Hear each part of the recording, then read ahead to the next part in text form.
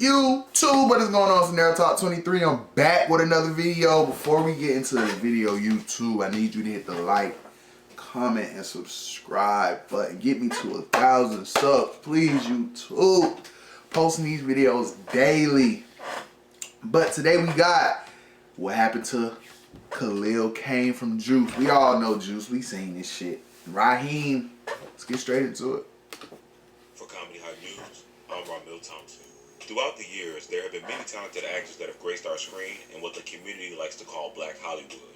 Many actors go into the industry with big dreams hoping to last long, but unfortunately that is not the case for the overwhelming majority of actors. Khalil Kain is another Black Hollywood all-star who has been in some of the culture's favorite TV shows and movies. He is best known for his role as Raheem Porter in 1992 film Juice, and is perhaps best known for his role as Darnell Wilkes on the UPN hit show Girlfriends. Darnell was the husband of main character Maya and the owner of a car mechanic shop. Darnell presented himself as a headstrong character who wasn't afraid to express his emotions and often provided a nice calm balance to many of Maya's over-the-top reactions. Maya seemed to be more prone to corporal punishment towards their son Jabari, like the time they discovered their son showing an interest in sex, while Darnell would rather talk things out to solve problems. Initially, Darnell was very wary of Maya's girlfriends, but over the course of the show, he warms up to them and sees how important they are to Maya. Darnell represented an honest, hard-working, everyday black man who wanted to make a living to provide for his family, something that surely black male viewers could identify with, which is why he will remain unforgotten.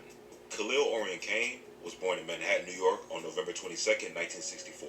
His mother, June Kain, is of Chinese and African-American descent, and his father, Khalil Kain, was a poet, dramatist, recording artist, and founded the famous talent collective, The Last Poets. He has a sister named Amber Kain, who was also an actress who does primarily stage work. The Last Poets of 1968 are said by many to have set the stage for modern rappers, with the emphasis on poetry and spoken word. This aspect of his upbringing could definitely be said to be the reason why Khalil had interest in becoming a rapper himself. In a Breakfast Club interview, after being asked how The Last Poets influenced him, he stated, "I think the ability to embrace being an artist was embraced out of that, as opposed to just being a celebrity or someone chasing fame. If anybody in this room has followed my career, I've never been overly concerned with being famous. It's always been about the art." He did his grade school years in New York City, where he would attend Professional Children's School and Hunter College High School. He completed his studies in 1983 and would attend New York University, where he got introduced to acting. Khalil would leave the university and set off to California to pursue his newfound acting dream.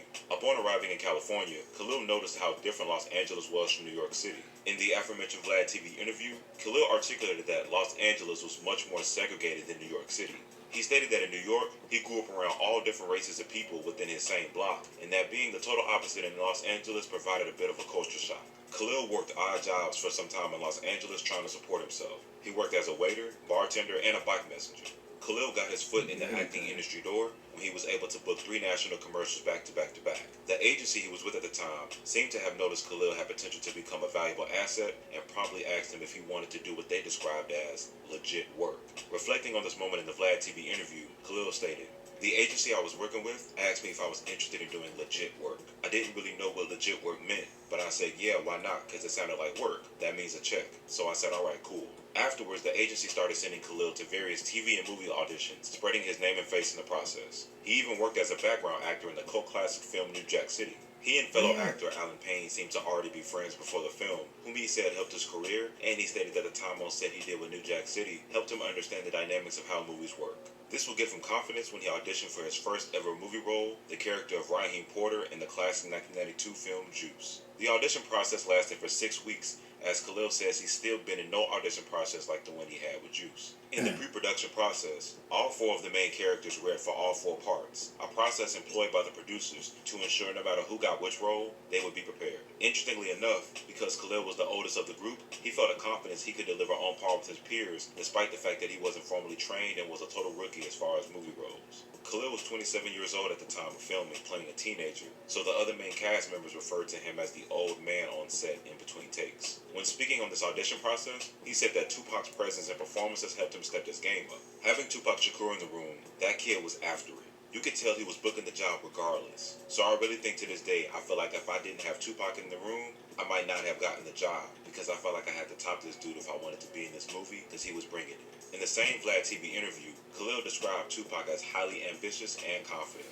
He stated that Tupac said over and over again about that time next year, he would be a millionaire among a whole host of other accomplishments and goals. For all of his positive qualities, it's no secret that Tupac was known for having some dramatic movie set experiences, and unfortunately this was the case with Juice. Khalil You make the holidays happen. You gotta bring your game. You messing with Tupac, man. May we interest you in the portable, pillowy, pancakey kind? Introducing the delicious new Pancake Wake-Up Wrap. America runs on Dunkin'.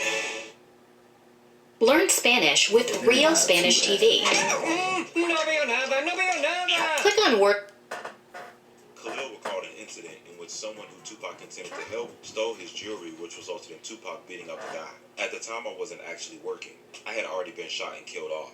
But I took this chick up there to show her what was going on, and then we got to the top of the hill, and they were stopping this kid out. Khalil admitted that he thought the script for Juice wasn't that strong by itself, but that the cast members and the way they delivered the story helped make the movie the classic many believe it is. Khalil stated, "It's not about criminals, thugs, or gang members or drug dealers. It was about kids who grew up together on the same block and watched each other's back." Khalil stated that he knew the film would be a hit once he listened to the soundtrack. Juice was released to rave reviews at the box office for its acting, story, and timely social commentary. A quote in a review of the film by Entertainment Weekly states, "The film is an inflammatory morality play shot through with rage and despair. Like Boys in the Hood and Straight Outta Brooklyn, it asks, when every aspect of your environment is defined by violence, is it possible to avoid getting sucked into the maelstrom?" Juice is fondly remembered when talking about the great creative black film renaissance in the 1990s as an influential film that showcased the dynamic life, struggles, and troubles of young black males. After Juice, he took part in another film in 1994 called Renaissance Man as Private Roosevelt Nathaniel Halls. Unfortunately, the movie was not a success, as it received mostly negative reviews from critics and was a box office bomb, grossing $24 million against a $40 million budget. This wouldn't hurt Khalil at all, as he would still make movie and TV show appearances with Blue Bud, Sister, Living Single, Sister, Friends, and Moesha, to name a few. Khalil gained popularity in the Black Hollywood circle as a great cast for a love interest, which would lead to him being cast in a 1997 cult classic romance drama film, Love Jones. He played the character of Marvin Cox, the on and off again boyfriend of main character Nina Mosley, played by Nia Long. Love Jones is another classic Black Hollywood film that received great reviews from audiences and critics alike for its commentary on complicated romantic relationships and its realistic presentation of love.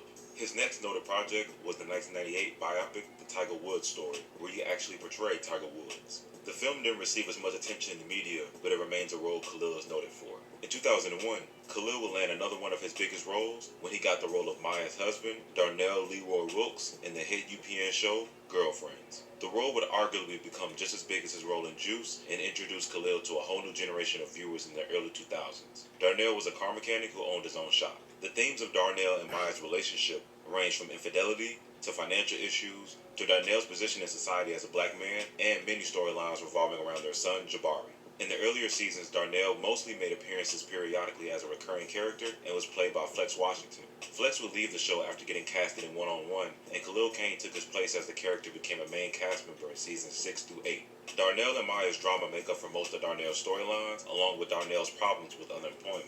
Girlfriends is one of the most successful shows in UPN network history and was one of its longest running. Khalil Kain's character of Darnell has been fondly remembered by many members of the community, as he was one of the few black male representations in a show revolving around the lives of 4 black women. In a Breakfast Club interview, Khalil said that he thought the dynamic of showing Maya cheating on Darnell and showing their relationship difficulties and triumphs was an honest and good representation of black love.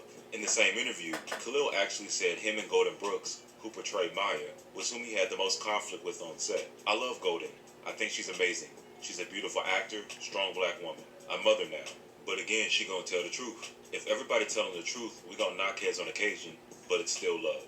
The show ran from 2000 to 2008, demonstrating the popularity and impact of the show. Speaking of wives and girlfriends, Khalil had also begun to find his love life not too long after Girlfriends ended. Khalil remains fiercely private about his personal life, as there has never been significant media coverage surrounding who he has been dating. He has been married to his wife Elise Lyons since 2011, and they have 2 kids together. Aside from his acting expertise, Khalil is also a trained martial arts fighter, having a black belt in the Korean fighting style of Hapkido.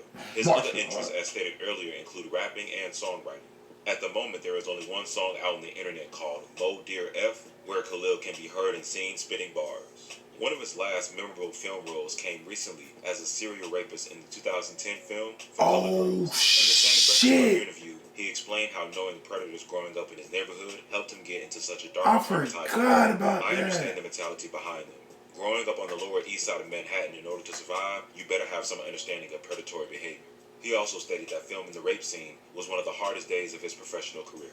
In addition to being an actor and in front of the camera, recently Khalil has taken a real focus behind the camera, writing and directing a handful of independent projects. In more recent times, he has worn his director hat and produced his own films more so than acting as much as he used to. He directed his latest film, The Millennial, which was released this year in 2022 and features fellow prominent actor Terry J. Vaughn.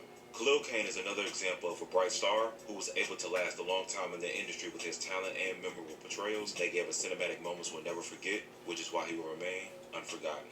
For Comedy High News, I'm Ramil Thompson. Damn, I forgot that nigga was in 4 Colored Girls, bro.